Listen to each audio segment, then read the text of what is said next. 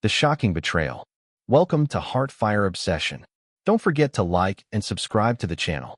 The message that shattered everything. Vanessa Hart's phone vibrated against the marble bathroom counter at exactly 11:47 p.m., and in that single moment, her entire world cracked open like glass striking concrete. She had been brushing her teeth, preparing for bed in the sprawling penthouse she shared with her husband of 3 years, when she saw the notification light up the screen. It wasn't the message itself that made her freeze, toothbrush suspended midair, mint foam dripping onto her silk nightgown. It was the name attached to it. My wife doesn't know about us, but I'm ready to leave her for you. The sender? Her husband's phone. Vanessa's heart stopped, then restarted at a thunderous pace. Her hands trembled as she picked up the device. Marcus's device, the one he'd left charging while he took his nightly shower. The bathroom door was closed, steam seeping from beneath it, the sound of running water filling the silence that had suddenly become deafening. She stared at the screen, her reflection ghostly in the darkened glass, her wide green eyes looking back at her like a stranger's. This couldn't be real. This couldn't be happening. Not to her.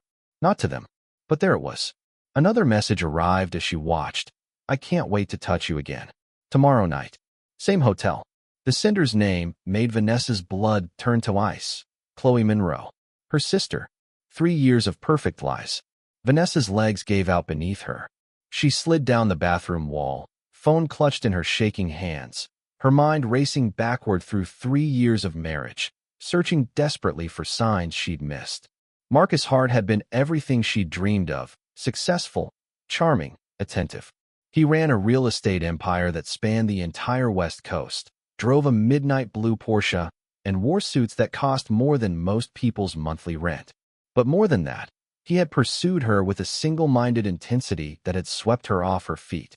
They'd met at a charity gala where Vanessa had been working as an event coordinator.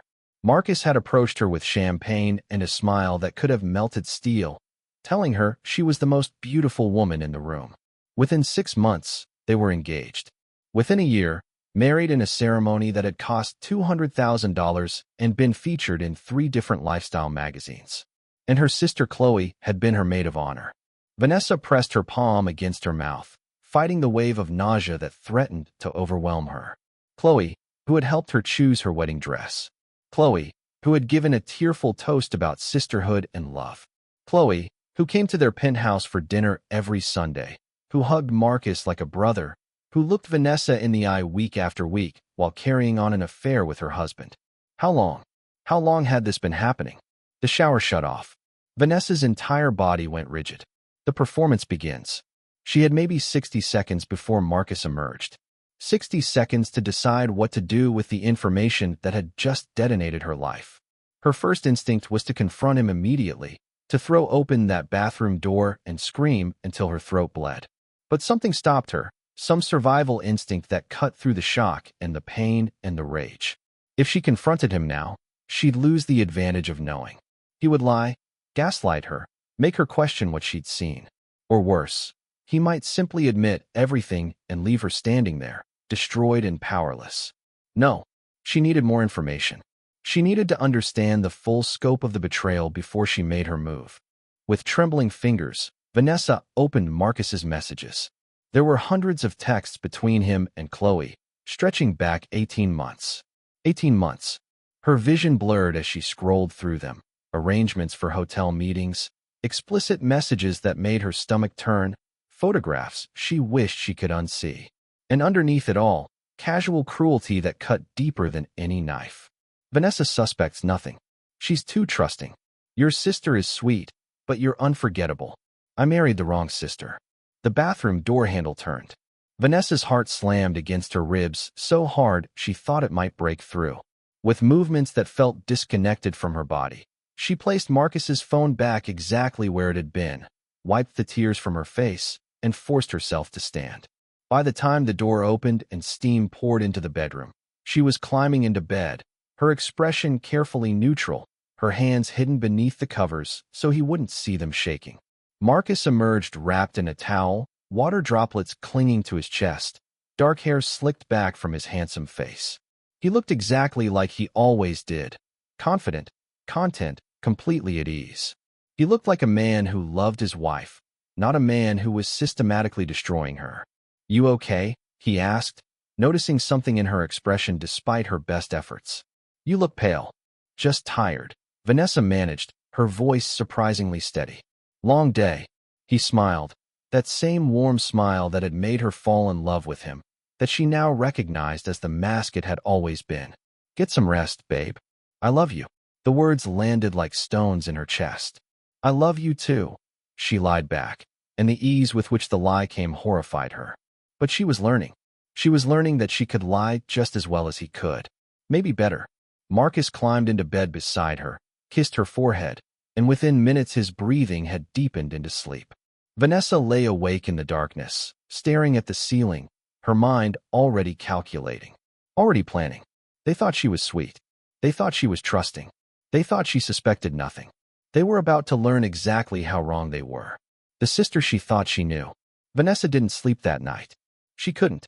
Every time she closed her eyes, she saw new images. Marcus and Chloe together, laughing at her, pitying her stupidity. By the time dawn light crept through the floor-to-ceiling windows, she had made a decision. She would give them no warning. She would smile and pretend and gather evidence while they continued their affair, oblivious to the storm building on the horizon. At 7 a.m., her phone rang. Chloe's name appeared on the screen, and for a moment, Vanessa considered throwing the device across the room. Instead, she answered, "Hey, sis." Chloe's voice was bright, cheerful, completely unbothered by the fact that she was sleeping with Vanessa's husband. "Want to grab brunch today? There's this new place in the Marina District I've been dying to try." Vanessa's grip on the phone tightened until her knuckles turned white. But when she spoke, her voice was light, friendly, giving away nothing. "That sounds perfect. What time?" 11? "I'll pick you up." "Can't wait," Vanessa said, and she meant it. Just not in the way Chloe thought. When Marcus woke an hour later, Vanessa was already dressed, makeup applied, looking every inch the devoted wife. She made him coffee exactly how he liked it, kissed him goodbye at the door, told him to have a good day at the office. He never suspected a thing. Why would he? She was too sweet, too trusting. But as she watched him leave in his Porsche, Vanessa felt something cold and sharp crystallizing in her chest, something that felt almost like power. They had underestimated her. They thought she would shatter when she discovered the truth, that she would crumble and weep and make it easy for them. They were wrong. Vanessa Hart was done being sweet, done being trusting, done being the fool in her own life story. The revenge she was about to unleash would teach them both a lesson they would never forget.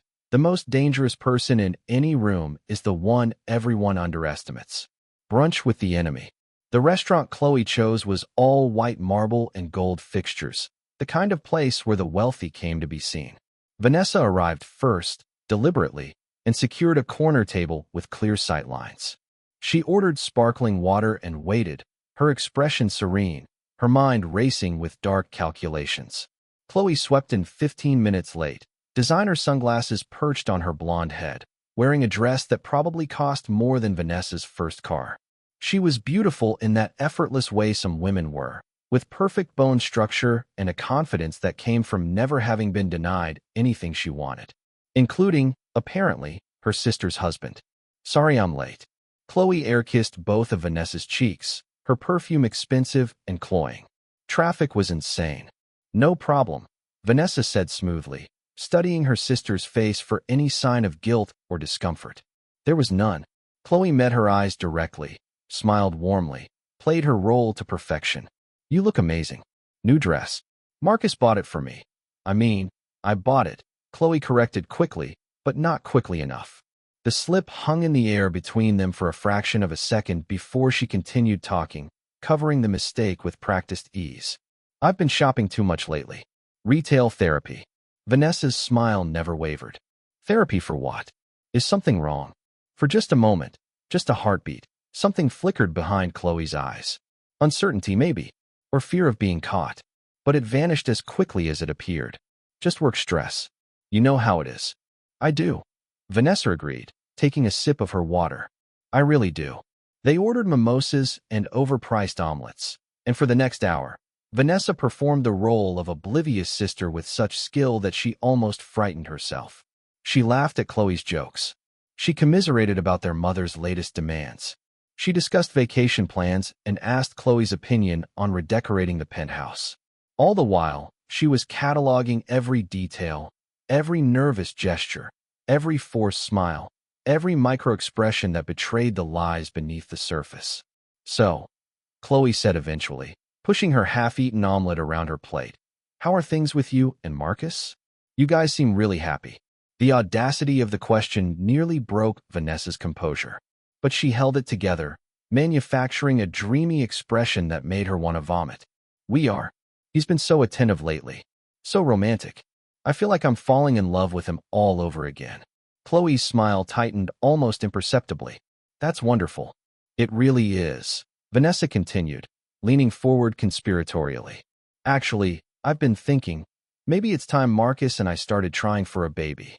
Chloe went completely still, her mimosa glass halfway to her lips. For 3 full seconds, she didn't move, didn't breathe. Then she set the glass down very carefully and forced brightness back into her voice. "Wow, that's huge. Have you talked to Marcus about it?" "Not yet," Vanessa said, watching every micro-reaction like a scientist studying a specimen. "I thought I'd surprise him. He's always said he wants kids eventually. Why not now?" "Why not?" Chloe echoed faintly, and Vanessa knew, absolutely knew, that her sister was now imagining Marcus trapped in a marriage with a baby on the way, imagining the affair becoming infinitely more complicated, imagining her fantasy of stealing Vanessa's husband crumbling before her eyes. Good. Let her squirm. The phone call that changed everything. They parted ways outside the restaurant with another round of air kisses and promises to do this again soon. Vanessa climbed into her Mercedes, pulled out of the parking garage, drove 3 blocks, and then pulled over to the curb. Her hands were shaking so badly, she could barely grip the steering wheel. The performance had taken everything out of her. She sat there for 10 minutes, breathing slowly, fighting back the tears that wanted to come. She couldn't cry yet, couldn't break yet. There was too much to do. Her phone buzzed. A text from Marcus. "Dinner tonight? Just us. I have something I want to talk to you about." Vanessa's blood turned cold. This was it. He was going to leave her. He was going to end their marriage tonight. And Chloe probably already knew, had probably been planning her own response all through brunch. The baby comment had forced their hand, made them move faster than intended. Well, they wanted to play games. Vanessa would show them what real games looked like. She drove home, went straight to their home office, and opened Marcus's laptop. She knew his password. He'd never bothered hiding it from her, because why would he? She was too sweet, too trusting, too stupid to ever suspect. What she found in his email archives made the affair seem almost quaint by comparison. Marcus Hart wasn't just a successful real estate developer. He was a criminal. For the past 5 years, he'd been running an elaborate fraud scheme, using shell companies to launder money, forging documents, bribing inspectors. The properties he claimed to develop were either non-existent or deliberately overvalued. He'd stolen millions from investors, many of them elderly couples who'd put their retirement savings into his projects. And Chloe was helping him. Her name appeared again and again in the emails, facilitating transactions, creating fake paperwork through her position at a law firm. They were partners in crime, literally. Vanessa sat back in the leather office chair, her mind reeling. She had been married to a criminal. Her sister was complicit, and they had both played her for a fool. But now she had leverage. Now she had power. Because if there was one thing Vanessa understood from her years working in event coordination, it was this: timing was everything. And the question wasn't whether to destroy them. The question was how to do it in a way that would hurt them most. The dinner that would end everything. That evening, Vanessa dressed carefully for dinner. She wore the red dress Marcus had once said made her look like a goddess, styled her dark hair in waves, applied makeup with a steady hand. When Marcus came home and saw her, his eyes widened with appreciation, and she saw guilt flicker across his face for just a moment before he buried it. "You look incredible," he said, kissing her cheek. "Special occasion," she replied cryptically, and watched him tense. They went to Alinea, his favorite restaurant, the kind of place that required reservations weeks in advance and served food that looked more like art than sustenance. They ordered wine that cost more per bottle than most people spend on groceries in a month. They made small talk about their days, about upcoming plans, about nothing that mattered. And then, Between the fourth and fifth courses, Marcus reached across the table and took her hand. "Vanessa," he began, and she knew from his tone exactly what was coming. "We need to talk." "Yes," she agreed, her heart pounding but her voice steady. "We do."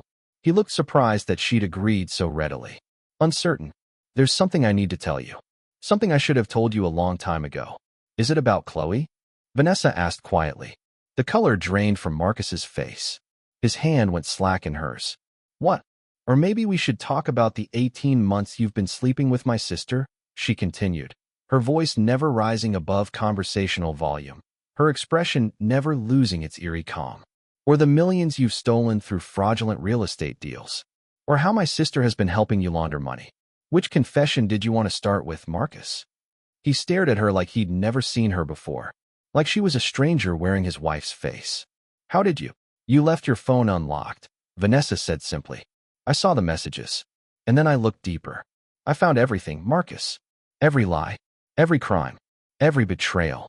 For a long moment, he said nothing. Around them, the restaurant continued its elegant dance, servers gliding between tables, diners murmuring over plates of molecular gastronomy, the ambient sounds of wealth and privilege. No one noticed the couple in the corner having a conversation that would change their lives forever. Then Marcus did something Vanessa hadn't expected. He laughed. It was a cold sound, empty of humor, filled with something that might have been respect or might have been fear. "So what now?" he asked. "You're going to divorce me? Take half of everything? Report me to the police?" Vanessa met his eyes across the table, and when she smiled, it was like winter coming. "Oh, Marcus, if you think divorce and jail time are the worst things I can do to you, you haven't been paying attention." She stood up, placing her napkin carefully on the table, smoothing the wrinkles from her red dress. "Enjoy your dinner. I've already paid the bill. Consider it a parting gift." "Vanessa, my lawyer will be in touch tomorrow," she said, "along with some other interested parties. Federal investigators, mostly. I've spent today compiling quite a comprehensive file. Evidence of your fraud. Records of Chloe's involvement. Financial transactions. Everything." His face went ashen. "You can't." "I already did," she said softly. "The really beautiful part? I made copies. Multiple copies. And if anything happens to me, anything at all, those files go public immediately. So you'd better hope I stay very, very safe and very, very happy from now on." She turned to leave, then paused and looked back at him one last time. "Oh, and Marcus? You were right about one thing. You did marry the wrong sister. Because Chloe would have let you get away with all of this. But me?" She smiled that winter smile again. "I'm too sweet. Too trusting. Remember?" Vanessa walked out of that restaurant with her head held high, leaving Marcus sitting alone at a table set for two, surrounded by untouched plates of food that cost a fortune and tasted like ashes. She had been destroyed. She had been betrayed by the two people who should have protected her most. But from the ruins of that destruction, something new was rising. Something sharp and dangerous and absolutely unforgiving. The revenge was only just beginning. To be continued. What will Vanessa do next? How will Marcus and Chloe respond when they realize they're cornered? Find out in Part 2. Heartbreak and Revenge. 213:03 Part 2. Heartbreak and Revenge. The morning after the world ended. Vanessa woke at dawn in a hotel suite that cost more per night than most people's rent, surrounded by Egyptian cotton sheets that felt like clouds and overlooking a city that glittered with possibility. She hadn't gone home after leaving Marcus at the restaurant. Couldn't. The penthouse they'd shared suddenly felt like a crime scene, contaminated by lies and betrayal. So she'd checked into the St. Regis under a fake name, paid in cash, and spent the night staring at the ceiling, her mind spinning with plans and counterplans and the terrible weight of what she now knew. Her phone had been vibrating constantly since midnight. 17 missed calls from Marcus. 23 text messages that progressed from confusion to anger to desperation to threats. 12 calls from Chloe, who somehow already knew everything had fallen apart. 3 voicemails from her mother, demanding to know what was happening and why Chloe was hysterical. Vanessa ignored them all. She ordered room service, coffee, fruit, pastries she had no appetite for, and opened her laptop. The file she'd compiled sat in her cloud storage, backed up in 6 different locations, encrypted and password protected. Evidence of 18 months of adultery, 5 years of financial fraud, forged documents, falsified inspections, money laundering, shell companies. A web of crimes so intricate it had taken her 16 hours to untangle. And now she held the threads of that web in her hands, ready to pull. But as she sat there in her luxury hotel room, surrounded by evidence of her husband's crimes and her sister's betrayal, Vanessa felt something unexpected. Not satisfaction, not triumph, but a hollow ache that threatened to consume her from the inside out. Because the truth was, destroying them wouldn't undo what they'd done. Wouldn't give her back the 3 years she'd wasted on a marriage built on lies. Wouldn't heal the wound of knowing her own sister had looked her in the eye every Sunday and smiled while carrying on an affair. Her phone buzzed again. This time, it was a number she didn't recognize. Against her better judgment, she answered. Mrs. Hart. The voice was male, professional, unfamiliar. My name is Detective James Morrison with the San Francisco Police Department, Financial Crimes Division. We need to talk about your husband. Vanessa's pulse quickened. I'm listening. We've been investigating Marcus Hart for the past 6 months. We know about the fraud, the shell companies, the laundered money. What we don't have is enough evidence to make charges stick. But I understand you might be able to help us with that. She should have been surprised. Should have wondered how they knew she had evidence. But instead, Vanessa felt pieces clicking into place. Someone told you I'd be willing to cooperate. Your husband's former business partner reached out to us yesterday. Said you'd contacted him, asked questions about certain transactions.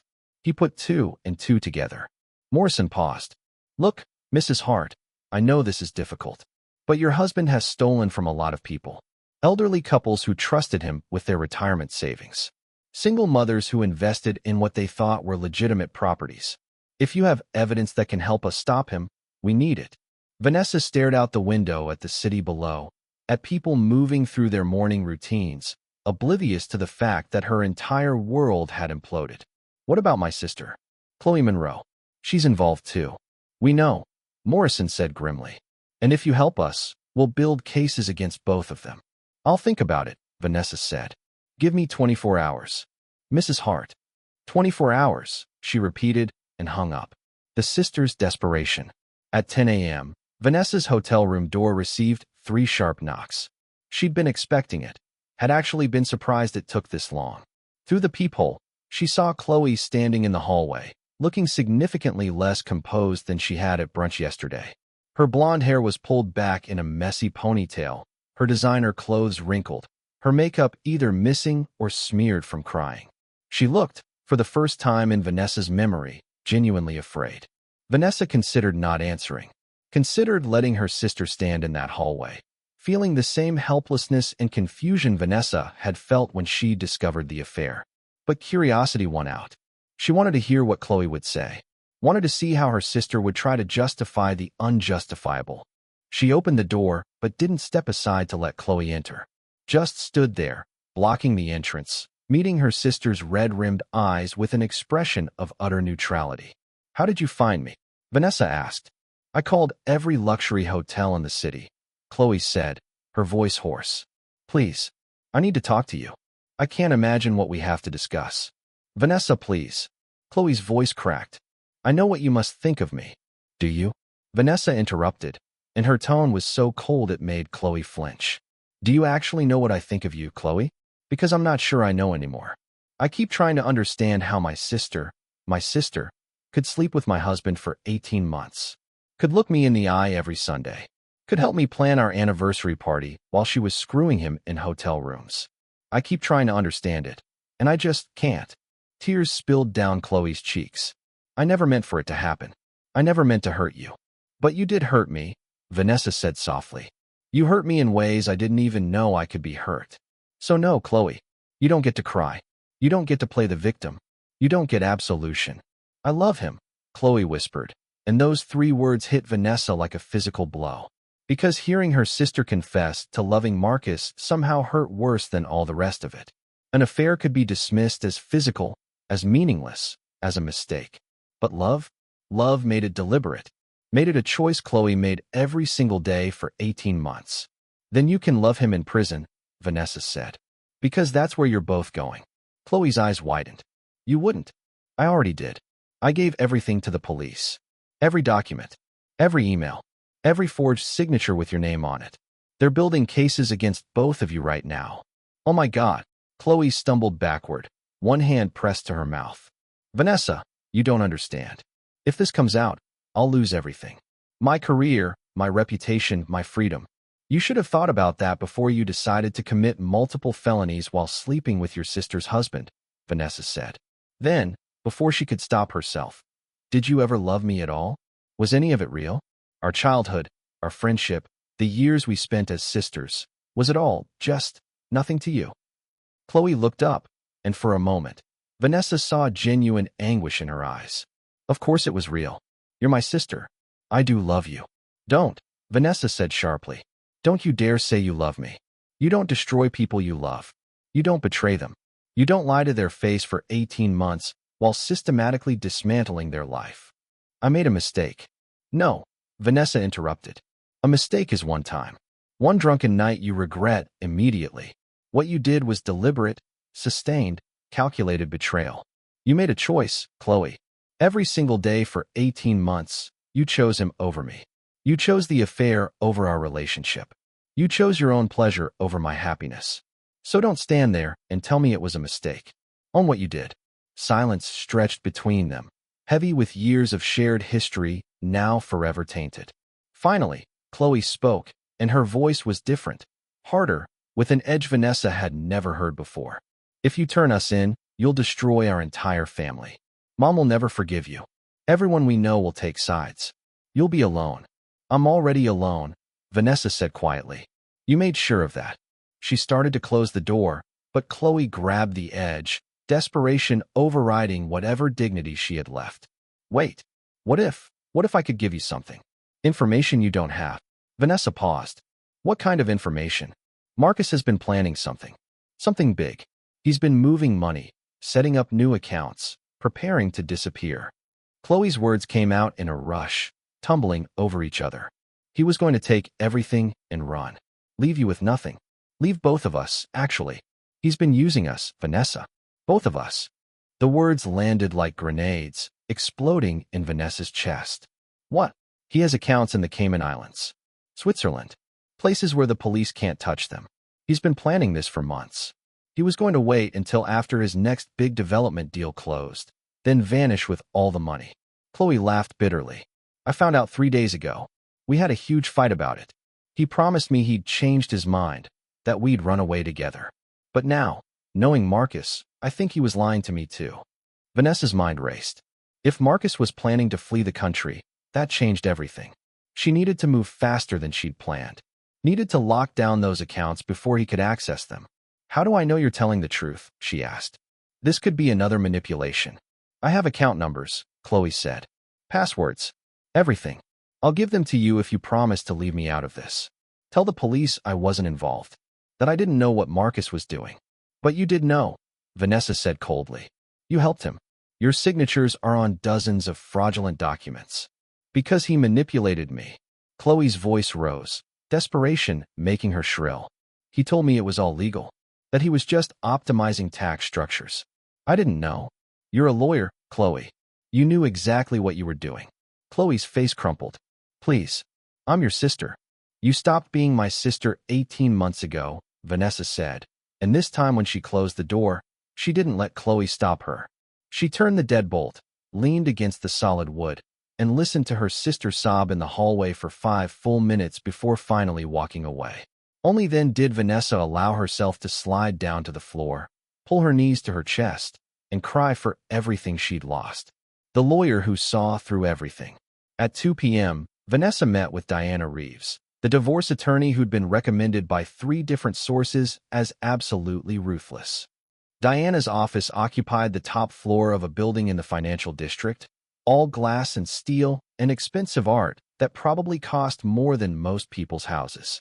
She was in her 50s, impeccably dressed in a charcoal suit, with silver hair cut in a sharp bob and eyes that missed nothing. Mrs. Hart, Diana said, gesturing to a leather chair across from her desk. I've been expecting you. Vanessa raised an eyebrow. Have you? Your husband called me this morning, offering to pay me triple my usual retainer if I refuse to take you as a client. Diana smiled, and it was sharp as broken glass, which told me everything I needed to know about how worried he is. So, tell me what you want. Vanessa laid out everything. The affair, the fraud, the evidence she'd compiled, Chloe's revelation about Marcus's plan to flee the country. Diana listened without interrupting, taking occasional notes in a leather-bound notebook, her expression growing more pleased with each revelation. This is quite possibly the most comprehensive documentation of marital misconduct I've seen in 20 years of practice, Diana said when Vanessa finished. You could have just come to me with the affair. That alone would have been enough for a favorable divorce settlement. But this, she tapped the USB drive Vanessa had placed on her desk. This is nuclear. Your husband is going to prison, Mrs. Hart. The question is how much you want to take from him before he goes. Everything, Vanessa said without hesitation. I want everything. Diana's smile widened. Music to my ears. Here's what we're going to do. First, we file for immediate asset freezing. Every account, every property, every investment, frozen as of today. He won't be able to access a penny without court approval. Second, we file criminal complaints with every relevant agency. FBI for the wire fraud, SEC for the securities violations, IRS for tax evasion. Third, we file civil suits on behalf of his victims.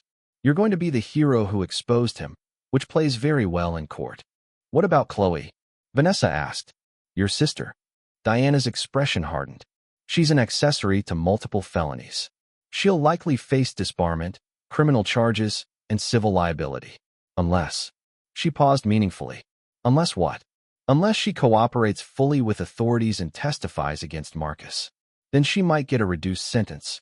Maybe even probation if her lawyer is very good and the prosecutor is feeling generous. Diana studied Vanessa carefully. Is that something you'd want? For your sister to avoid prison?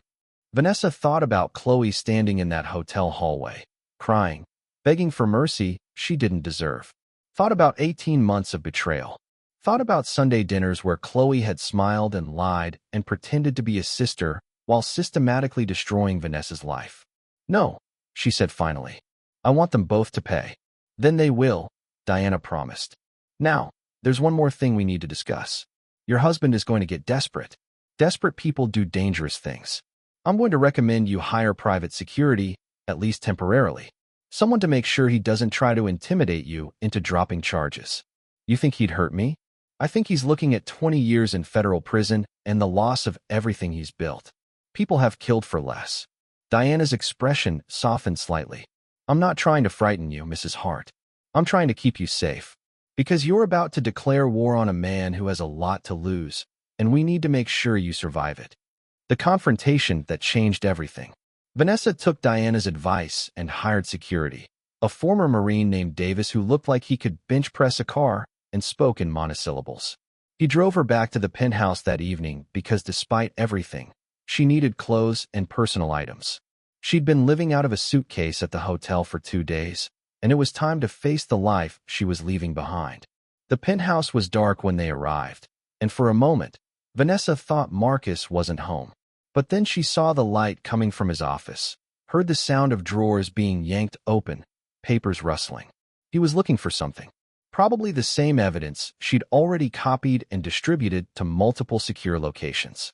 Wait here, she told Davis, but he shook his head. Ma'am, my job is to keep you safe. I'm coming with you. They walked through the penthouse together, their footsteps echoing on the marble floors. Vanessa felt like she was moving through a museum of her old life. The antique mirror they'd bought together in Italy, the throw pillows she'd spent weeks selecting, the framed photos of their wedding day that now seemed like evidence of elaborate fiction. Marcus looked up when they entered his office. He'd clearly been drinking. There was a half-empty bottle of scotch on the desk, and his eyes were bloodshot. When he saw Davis standing behind Vanessa, his expression hardened. Brought security? Really, Vanessa? Seemed prudent, she said calmly. Considering you're currently trying to figure out how to salvage assets before the FBI freezes everything tomorrow morning. Marcus's jaw tightened. You're making a mistake. I'm correcting one. If you go through with this, you'll destroy me. Is that what you want? To destroy your husband? You destroyed yourself, Vanessa said. I'm just making sure everyone else knows it. Marcus stood up, and Davis immediately shifted his weight, positioning himself between Marcus and Vanessa. The movement wasn't lost on anyone in the room. "I loved you," Marcus said, and he sounded almost sincere. "I know you don't believe that now, but I did. I do. You loved my trust fund," Vanessa corrected. "You loved my connections. You loved having a wife who was too naive to question where the money came from or why you were out 4 nights a week. You never loved me, Marcus. You loved what I could do for you." "That's not true." "Then why sleep with my sister?" Vanessa's voice finally rose, the first crack in her composed facade. "Why betray me with the one person you knew would hurt me most? If you loved me, Marcus, you had a funny way of showing it." "Chloe pursued me," Marcus said, and even now, even cornered and desperate, he was trying to deflect blame. "She came onto me. I tried to resist." "Don't," Vanessa cut him off. "Don't insult my intelligence. I've read the messages. I know how it started. I know every hotel, every lie, every time you looked me in the eye and lied about where you'd been. So don't stand there and tell me it was all Chloe's fault. You're a grown man who made choices. Own them." Silence filled the office. Then Marcus laughed, and it was a broken sound. "You want me to own them? Fine. I cheated on you. I stole millions of dollars. I forged documents and bribed officials and broke about 17 different laws. I did all of it, and I'd probably do it again because that's who I am. I'm not the hero of this story, Vanessa, but neither are you. What's that supposed to mean? You think you're getting revenge, but really, you're just getting even. You're destroying 2 lives because yours got destroyed. That's not justice. That's just cruelty. Justice and revenge are closer than you think," Vanessa said coldly. "And yes, I'm destroying your life. But unlike you, I have every right to do it. You made your choices, Marcus. Now you get to live with them." She turned to leave, but Marcus's next words stopped her cold. "I know about the money." Vanessa turned slowly. "What money?" "Your father's trust fund. The one he set up before he died. The one worth $6 million that you never told me about." Marcus smiled, and it was ugly. "Did you really think I didn't know? I married you for that money, Vanessa. Everything else, the romance, the wedding, the 3 years of playing house, it was all to get access to that trust fund. And guess what? Under California law, anything you inherited during our marriage is community property, which means even if you destroy me, I get half of everything you have too." The words hit Vanessa like a physical assault. She'd kept her father's trust fund secret precisely because she'd wanted to know Marcus loved her for herself, not her money. She'd never touched it, never mentioned it, had let it sit in investments while she lived off Marcus's income. And all along, he'd known about it, had married her specifically to gain access to it. "You can't." "Already did," Marcus said triumphantly. "Filed paperwork 3 weeks ago to access the trust. It's done, Vanessa. You can send me to prison, but I'm taking half your inheritance with me." For a moment, Vanessa couldn't breathe, couldn't think. The betrayal went deeper than she'd imagined. He'd never loved her, had never even pretended to love her. She'd been a mark from day one, a target, a means to an end.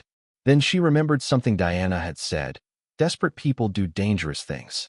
And Vanessa smiled. "Actually, Marcus, you can't access that trust fund." "What are you talking about?" "I liquidated it yesterday. Moved every penny to an offshore account in my name only. The account you filed paperwork for." She shrugged. "It's empty. Has been since Tuesday." It wasn't quite true. She'd only started the process of moving the money, and it would take another week to complete. But Marcus didn't know that. And the look on his face when he realized she'd outplayed him was worth every sleepless night, every moment of heartbreak, every tear she'd cried. "You're lying," he said, but his voice shook. "Call the bank," Vanessa suggested. "Oh wait, you can't. Because as of tomorrow morning, all your accounts are frozen and you're under investigation for multiple federal crimes." "But please, Marcus, keep trying to steal from me. I'm sure the prosecutors will love adding that to your list of charges."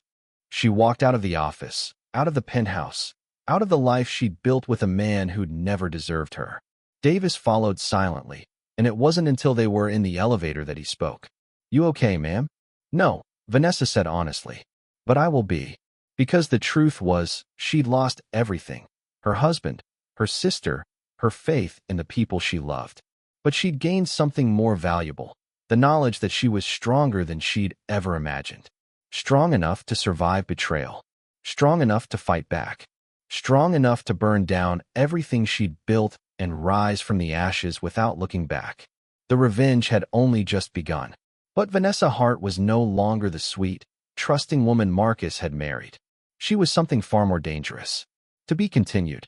Marcus thinks he's won, but he has no idea what Vanessa is planning next. And when Chloe makes a desperate move that threatens everything, the revenge will reach levels no one expected. Find out what happens in Part 3. The Ultimate Payback. 313:05 Part 3. The Ultimate Payback. The day everything exploded. Vanessa woke at 5 a.m. on the day she would destroy 2 lives forever, and she felt nothing. No guilt. No hesitation. No second thoughts about what she was about to unleash. She'd spent 3 days carefully orchestrating every detail, every move, every carefully timed revelation that would bring Marcus and Chloe's world crashing down around them. Today was the day all those plans came to fruition. She dressed in a navy Armani suit, the kind of power outfit that commanded respect in boardrooms and courtrooms alike. Applied her makeup with precision, each stroke of mascara and lipstick an act of war paint. Pulled her dark hair back into a sleek chignon that made her look older, harder, untouchable. The woman staring back at her from the mirror bore little resemblance to the trusting wife who discovered her husband's betrayal less than a week ago. That woman was gone. In her place stood someone who understood that mercy was weakness and revenge was survival. Her phone buzzed. A text from Diana Reeves. FBI raid scheduled for 8 a.m. Asset freeze goes into effect at 9. Press conference at 11. You ready for this? Vanessa typed back, born ready. But that was a lie. Nobody was born ready to destroy their entire life and everyone in it. You became ready. You learned how to swallow your heart and calcify your soul until revenge felt less like a choice and more like oxygen, something you needed to survive. At 6 a.m., her phone rang. Her mother. Vanessa almost didn't answer, but curiosity won out. Vanessa Marie Hart. What have you done? Eleanor Monroe's voice was shrill with panic and accusation. Chloe called me at midnight, hysterical, saying you've gone to the police, that you're trying to send her to prison, that you've lost your mind. I found out my husband has been sleeping with my sister for 18 months, Vanessa interrupted calmly, and that they've been committing federal crimes together. So I reported them. That's what I've done, Mother. Silence. Then, you're tearing this family apart. No, Vanessa said, and her voice could have cut glass. They tore it apart. I'm just making sure everyone sees the damage. Chloe made a mistake. Chloe made hundreds of deliberate choices over 18 months. And then she helped Marcus commit fraud that destroyed elderly people's retirement savings. Those aren't mistakes, Mother. Those are crimes. She's your sister, Eleanor said, as though that fact somehow negated everything else. Family forgives family. Family protects family. Then why didn't she protect me? Vanessa's composure finally cracked, just a hairline fracture, but enough to let the rage bleed through. Where was family loyalty when she was sleeping with Marcus? Where was family protection when she was looking me in the eye every Sunday and lying? Don't talk to me about family, Mother. You taught Chloe that being beautiful and charming meant she could have whatever she wanted. Well, she wanted my husband, and she took him. Now she gets to face the consequences. If you do this, I'll never forgive you. The words should have hurt, should have made Vanessa reconsider, should have triggered some deeply buried need for her mother's approval. Instead, she felt only a cold clarity. I can live with that, Vanessa said, and hung up. At 7:45 a.m., she received a text from an unknown number. Please. We need to talk. I'll give you everything.